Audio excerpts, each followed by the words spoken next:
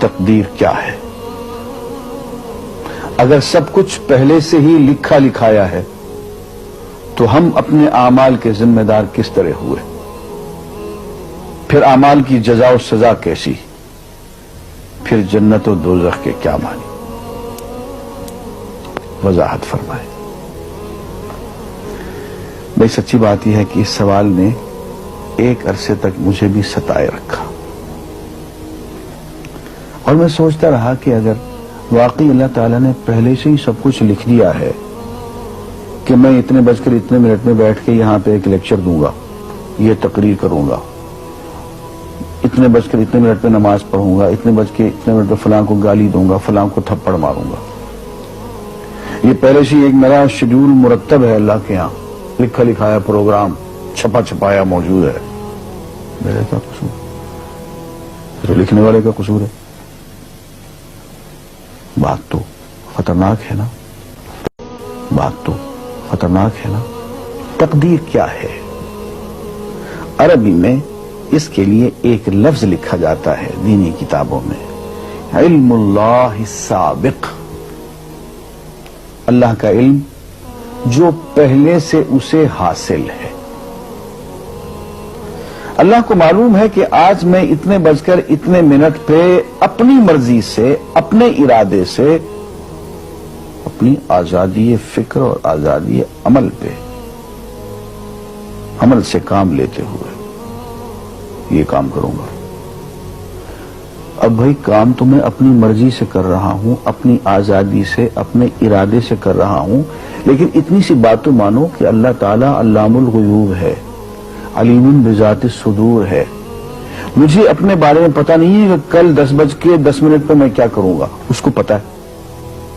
مجھے اپنے بارے میں پتہ نہیں ہے کہ میں 10 سال کے بعد کہاں ہوں گا، کیا کر رہا ہوں گا، فلاں بج کے فلاں منٹ، اس کو پتا ہے۔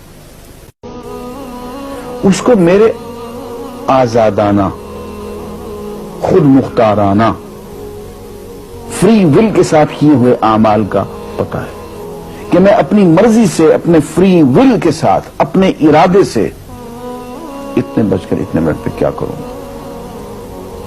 یہ اس نے اپنے ہاں لکھ رکھا ہے، اس لیے کہ اس کو پوری کائنات کا نظام چلانا ہے۔ اس کا علم جو ہے وہ صحیح ہے، لیکن اس کا علم میرے ارادے سے نہیں ٹکراتا ہے۔ یہ بات میں ایک مثال سے سمجھاؤں گا۔ میرے ساتھ ایک واقعہ پیش ہو گیا، اس دن مجھے تقدیر سمجھ میں آ گئی کہ ہوتی کیا ہے۔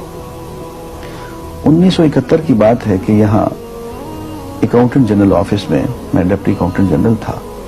اس زمانے میں ایک مشہور نجومی تھا شیخ صادق، یہاں قلعہ گزر سنگھ میں رہتا تھا۔ وہ پتہ نہیں بیچارہ زندہ ہے یا فوت ہو گیا۔ انہوں نے دروازہ کھولا، میرے کمرے میں آ گیا۔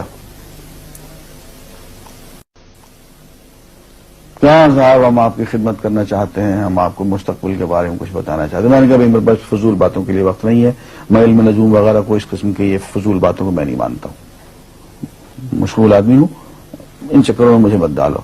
اس نے کہا سر مجھے صرف 1 منٹ تو آپ دے دیں۔ میں نے کہا ہاں 1 منٹ دیتا ہوں۔ اس نے ایک بہت بڑا کاغذ میرے سامنے لکھا جس پہ 40 خانے بنے ہوئے تھے، 40 چیزوں کے نام لکھے ہوئے تھے، مختلف چیزوں کے نام، کتاب، قلم، اینک، کاپی، دوات، پینسل، میز، بادل، برکھا، مسجد، مندر، ایسی ایٹ رینڈم چیزوں کے نام، 40 چیزوں کے نام لکھے ہوئے تھے۔ وہ کہنے صاحب آپ ان میں سے کسی ایک چیز پہ انگلی رکھ دیں یا اس کا نام آپ اس کاغذ پہ لکھ دیں۔ اور مجھے یہ کہتے کہتے اس نے ایک پیس آف پیپر میری میز سے اٹھایا اور اس پہ کچھ لکھا اور اس کو یوں الٹا کے رکھ دیا۔ میں نے کہا تم نے یہ کیا کیا؟ کہنے لگے جی میں نے وہ چیز لکھ دی ہے، وہ نام جو ابھی آپ لکھیں گے۔ تو اب میں پریشان ہو گئی۔ تماشا کی بات ہے نا کہ جو چیز میں سوچ سوچ کے اپنے ارادے سے، اپنی مرضی سے ابھی لکھوں گا، اس نے پہلے جو لکھ کے وہاں رکھ چھوڑ دیے میرے سامنے۔ اب میں سوچ میں پڑ گیا کہ یار وہ چیز لکھوں جو اس نے نہ لکھی ہو، کبھی میں اس کا ارادہ کروں، کبھی اس کا ارادہ کروں، اب تنگ آ کے آخر میں نے کسی ایک چیز کو لکھ دیا کہ میری یہ ہے۔ اس نے جب وہ الٹایا تو وہ وہی چیز نکلی۔ اب پتہ نہیں یہ کیا چکر تھا اس کا، خدا ہی جانے۔ کوئی اس کا علم ہوگا، کوئی فن ہوگا، کوئی تک بازی ہوگی، تک بندی ہوگی کوئی. لیکن اس دن مجھے پتا چلا کہ یار اس کو جو کچھ میں نے لکھا ہے اپنے ارادے سے لکھا ہے، اپنی مرضی سے لکھا ہے، اس سے پابند ہو کے نہیں لکھا. کبھی اس میں انگلی لگاتا تھا، کبھی اس پہ، کبھی اس پہ، آخر چن کے ایک لکھا میں نے. لیکن اس کمبخت کو پہلے سے پتا تھا کہ میں کیا لکھنے والا ہوں، اور اس نے پہلے سے وہاں لکھ کے رکھا ہوا تھا. میں نے کہا یار ایک محدود علم والا آدمی میرے آئندہ کے اعمال کو اپنے ہاں لکھ کے رکھ سکتا ہے. چن کے وہ عمل میں اپنی مرضی سے کر رہا ہوں، اپنے ارادے سے کر رہا ہوں، کوئی مجبوری نہیں ہے اس میں. لیکن وہ میری مرضی والا عمل، میرے اپنے ارادے سے کیا ہوا عمل، پوری آزادی کے ساتھ کیا ہوا عمل، اس نے پہلے سے اپنے یہاں لکھ کے رکھا ہوا. یار اگر یہ انسان کر سکتا ہے تو رحمان کیوں نہیں کر سکتا؟ اس نے میرے سارے اعمال جو میں آئندہ چل کے کرنے والا ہوں، وہ سارے کے سارے اعمال اس نے اپنے یہاں لکھ کے رکھے ہیں. اس کو انتظام کرنا ہے، میرے رزق کا انتظام بھی کرنا ہے، آگے میری زندگی، میری موت، میری قبر میں اکوموڈیشن کا پتہ نہیں کہاں کا میرے اس نے انتظامات کرنے ہیں. تو میرے بارے میں اس نے سارا کا ڈیٹا کلیکٹ کر کے رکھا ہوا ہے اپنی انفارمیشن کے لیے کہ یہ اپنی مرضی سے کیا کیا کچھ کرے گا. تو اس کے لکھے ہوئے ہونے سے میری مرضی ختم نہیں ہوتی، میری ذمہ داری ختم نہیں ہوتی، میرا ارادہ، میری فری ول ختم نہیں ہوتی. یہی وجہ ہے کہ ہم جو اعمال کرتے ہیں اس میں سے اللہ تعالیٰ اس کی کچھ ذمہ داری ہم پہ ضرور ہوتی ہے. کچھ کام اللہ تعالیٰ کا ایک نظام ہے، اس میں شاید ہماری ذمہ داری نہ ہو، وہاں جبر ہو. لیکن کچھ اعمال ایسے ہیں جن میں خالصتاً ہمیں آزادی حاصل ہے، ہمیں اختیار حاصل ہے، ہم ان کے ذمہ دار ہیں، ہمیں ان پہ جزا ملے گی، ہمیں ان پہ سزا ملے گی، اللہ تعالیٰ بچائے.